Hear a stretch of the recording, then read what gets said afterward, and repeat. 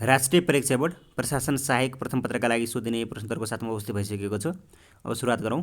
7 प्रदेशका औद्योगिक क्षेत्र। प्रदेश नम्बर 1 मा चाहिँ झापाको दमकमा छ। मध्य प्रदेशमा चाहिँ सर्लाहीको मूर्तिया भन्ने ठाउँमा छ। बागमती प्रदेशको मकवानपुरको मयूरधाममा, गण्डकी प्रदेशको चाहिँ गोर्खाको च्याङ्गली भन्ने ठाउँमा, लुम्बिनी प्रदेशको दाङको लक्ष्मीपुर, कर्णाली प्रदेशको सुर्खेतको चाटाखानी, सुदूरपश्चिम प्रदेशको चाहिँ कैलालीको लम्कीमा। 7 प्रदेशका विशेष आर्थिक क्षेत्र। प्रदेश नम्बर 1 विराटनगरमा, मध्य प्रदेश सिमरा, बागमती प्रदेश पाँचखाल, गण्डकी प्रदेश गोर्खा, लुम्बिनीको चाहिँ भैरवहा, त्यसै गरी कर्णाली प्रदेशको चाहिँ जुम्ला, सुदूरपश्चिम प्रदेशको चाहिँ नि धनगढीमा रहेको छ। सार्वजनिक संस्थानहरू। सार्वजनिक संस्थान। नेपालको पहिलो सार्वजनिक संस्थान विराटनगर जुट मिल विक्रम 1993 हो।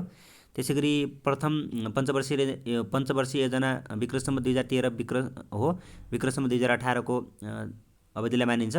सार्वजनिक संस्थानको स्थापना गति लिएको देखिन्छ। त्यसै संस्थानको सेयर पुँजीमा 50% भन्दा बढी सरकारको स्वामित्व भएका निकायलाई मात्र सार्वजनिक संस्थान रूपमा परिभाषित गर्दा हाल औद्योगिक क्षेत्रमा 10, व्यापारिक क्षेत्रमा 4 र सेवा क्षेत्रमा 11 र सामाजिक क्षेत्रमा 5 र जनोपयोगी क्षेत्रमा 5 र वित्तीय क्षेत्रमा 9 गरी जम्मा 40 सार्वजनिक संस्थानहरू अस्तित्वमा रहेका छन्। त्यसै गरी अस्तित्वमा रहेका मध्ये 38वटा सार्वजनिक संस्था सञ्चालनमा रहेका छन्।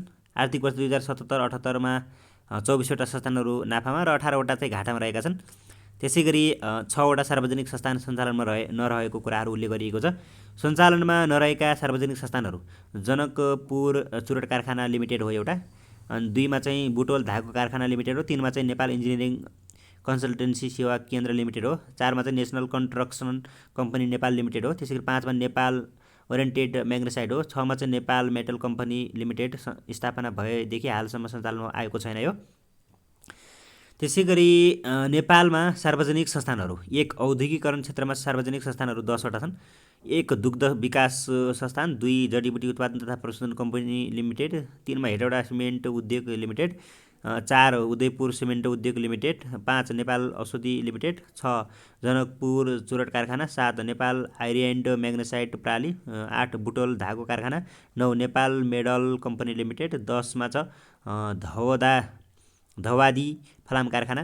त्यो 2 मा छ वित्तीय क्षेत्रका सार्वजनिक संस्थानहरू 10वटा।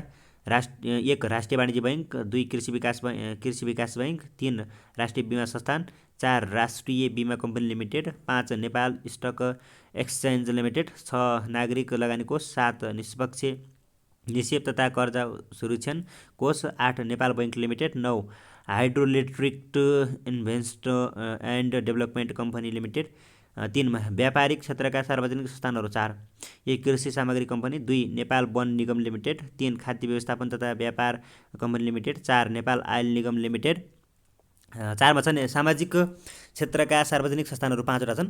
त्यो भनेको 1 मा छ सांस्कृतिक संस्थान, 2 मा छ गोर्खापत्र संस्थान, 3 मा छ नेपाल टेलिभिजन, 4 मा छ जनक शिक्षा सामग्री कम्पनी, 5 मा छ राष्ट्रिय आवास कम्पनी लिमिटेड, 5 मा छ जनउपयोगी क्षेत्रका सार्वजनिक संस्थानहरू 5वटा छन्। यसमा पनि 1 नेपाल खानेपानी संस्थान, 2 नेपाल विद्युत प्राधिकरण, 3 नेपाल दूरसञ्चार कम्पनी, 4 विद्युत उत्पादन कम्पनी लिमिटेड, 5 राष्ट्रिय प्रसारण ग्रिड कम्पनी, 6 सेवा क्षेत्र 11वटा छन्। 1 मा औद्योगिक क्षेत्र व्यवस्थापन लिमिटेड, 2 मा चाहिँ national construction company Nepal limited, 3 Nepal पारवहन तथा गोदाम व्यवस्थापन केन्द्र लिमिटेड, 4 मा छ नेपाल इन्जिनियरिङ कन्सल्टेन्सी सेवा केन्द्र लिमिटेड, 5 मा छ नेपाल वायु सेवा निगम, 6 मा छ राष्ट्रिय उत्पादकत्व तथा आर्थिक विकास केन्द्र लिमिटेड, 7 मा छ नेपाल नागरिक उड्डयन प्राधिकरण, 8 मा छ नेपाल पूर्वाधार निर्माण कम्पनी लिमिटेड, 9 मा छ साझा यातायात, 10 मा छ नेपाल रेलवे कम्पनी लिमिटेड, 11 मा छ विशाल बजार कम्पनी लिमिटेड। त्यसै गरी औद्योगिक व्यवसाय ऐन 2076 अनुसार क लगानी प्रकृतिका आधारमा 1 लघु उद्योग, घर जग्गा बाहेक बढीमा 20 लाख रुपैयाँसम्म स्तर पुँजी रहेको उद्योग। त्यसै गरी 2 मा छ घरेलु उद्योग, परम्परागत सिप प्रविधिमा आधारित उद्योग, 3 मा छ साना उद्योग, लघु उद्योग, उद्यम र घरेलु उद्योग बाहेक 15 करोडसम्म स्तर पुँजी भएका उद्योग। त्यसै गरी 4 मा छ मझौला उद्योग, 15 करोड रुपैयाँ भन्दा बढी 50 करोड रुपैयाँसम्म स्तर पुँजी भएको उद्योग। त्यसै गरी 5 मा छ ठुला उद्योग, 50 करोड रुपैयाँ भन्दा बढी स्तर पुँजी भएका उद्योग। त्यसै गरी ख मा छ उत्पादनको प्रकृति र सेवाको आधारमा 8 प्रकार। उत्पादनमूलक उद्योग कपडा तथा औषधि, ऊर्जामूलक उद्योग चाहिँ जलविद्युत, खनिज उद्योग चाहिँ ढुङ्गा तथा कोइला खानी, पर्यटन उद्योग चाहिँ ट्रेकिङ पर्वतारोही, पर्वतारोहण, निर्माण उद्योगमा चाहिँ घर पुल, सेवा मुलुक अस्पताल र विद्यालय, सूचना प्रविधिमा चाहिँ सूचना प्रविधि सञ्चार प्रविधि तथा सूचना प्रसारण प्रविधि आधारित उद्योग चाहिँ टेलिफोन इन्टरनेट हुन्। कृषि वन र पैदावारमा आधारित उद्योग चाहिँ खेतीपाती पशुपालन र फर्निचर हो। त्यसैगरी नेपालमा रहेका औद्योगिक क्षेत्रहरूको विवरण भन्छ। कर्मसङ्ख्या र औद्योगिक क्षेत्रको नाम र अवस्थित जिल्ला र प्रदेश, स्थापना, विक्रम सम्वत, क्षेत्रफल, रोपनीमा कसको सहयोगमा, विशेषता। 1 बालाजु काठमाडौँ बागमती काठमाडौँ र बागमतीमा 2016 सालमा 667 रोपनीमा छ। संयुक्त राज्य अमेरिका र नेपालको सबैभन्दा पुरानो र धेरै कामदार भएको। त्यसैगरी 2मा छ घेटौडा मकवानपुर बागमतीमा स्थित छ र 2020 सालमा 28 अमेरिकामा क्षेत्रफलमा ठुलो। त्यसैगरी 3मा छ पाटन ललितपुर बागमतीमा छ 2020 सालमा 293 रोपनीमा भारत सरकारको सहयोगमा। त्यसैगरी 4मा छ धरान सुनसरी 2029 सालमा 202 रोपनीमा छ भारत सरकारको सहयोगमा। त्यसैगरी 5मा छ नेपालगञ्ज बाँके लुम्बिनी 2030 सालमा 233 रोपनीमा छ भारत। त्यसैगरी 6मा छ पोखरा कास्की गण्डकी 2031 सालमा हो 501 रोपनीमा नेपाल सरकारले आफै बनाएको पहिलो। त्यसैगरी 7मा छ बुटोल रूपेन्देही लुम्बिनी 2032 434 नेपाल सरकार। 8मा छ भक्तपुर बागमती 2035 71 जर्मनी सञ्चालनमा रहेको सबैभन्दा सानो। 9मा छ वीरेन्द्रनगर सुर्खेत कर्णालीमा छ 2038 सालमा 90 रोपनीमा नेदरल्यान्डको सहयोगमा। त्यसैगरी 10मा छ धनकुटा भनेको छ धनकुटा प्रदेश नम्बर 1मा छ 2041 सालमा भएको र 63 रोपनीमा छ नेपाल सरकार। क्षेत्रफलमा सानो र हाल बन्द रहेको छ यो। 11मा छ गजेन्द्र नारायण सिंह सप्तरी मध्य प्रदेशमा हो 2040 सालमा भएको। त्यसपछि 294 रोपनीमा छ जस्तै भारत सरकारको सहयोगमा। सुरुमा राजविराज नाम रहेको थियो।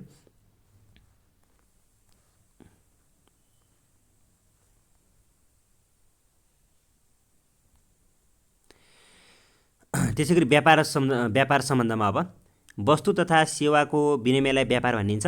नेपालको सबैभन्दा बढी निर्यात हुने वस्तु उनी गलैँचा हो भने सबैभन्दा बढी आयात हुने वस्तु के हो भने पेट्रोलियम पदार्थ हो। व्यापार विशेष गरी आन्तरिक र बाहिरी गरी 2 प्रकारका हुन्छन्।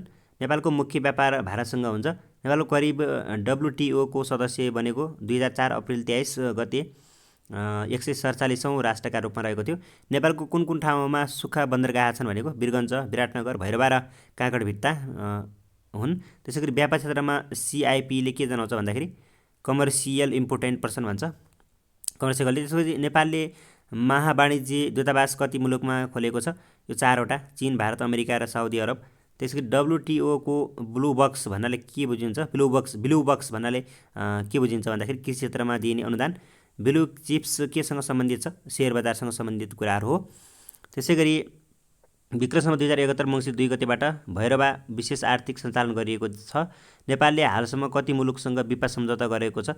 यो 6 मुलुकसँग गरेको हो। नेपालको विपा सम्झौता गरेका मुलुकहरू कुन कुन हुन्?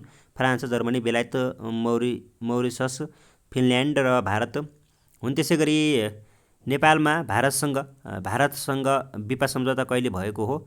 सन् 2011 अक्टोबर 21 मा। विपाको पूरा रूप के हो? Bilateral investment promotion and protection agreement हो।